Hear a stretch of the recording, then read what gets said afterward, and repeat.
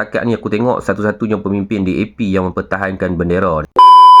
Syabas aku ucapkan kepada YB Sherlina, pemimpin DAP, dengan tegas bersuara di media sosial. Perlakuan tidak menghormati bendera Malaysia adalah perbuatan khianat yang pada hakikatnya tidak boleh dimaafkan dan wajib dihukum dengan tegas. Tidak ada tolak ansur dalam penghinaan pada bendera negara Malaysia. DAP dah bersuara. Mana suara MCA, gerakan, even mana suara Perikatan Nasional? Oh, ada sebenarnya. Bekas pengaruh SPRM. Dia senada dengan Rama Sami. Tak bunyi kecaman daripada mereka bila tengok bendera Malaysia dihina. Tapi yang dia pergi kecam ni YB Sherlina. 3 kali berturut-turut bendera Malaysia dihina dengan cara yang sama. Takkan kita nak maafkan lagi? Kau ada agenda juga dia ni pun. Jadi kita kena sama-sama berdiri teguh di belakang YB Sherlina dalam isu ni yang mempertahankan jalur gemilang kita. Dan tipah koya dengan Rama Sami ni memang memalukan rakyat Malaysia. Mereka minta pula supaya kerajaan ni lunak.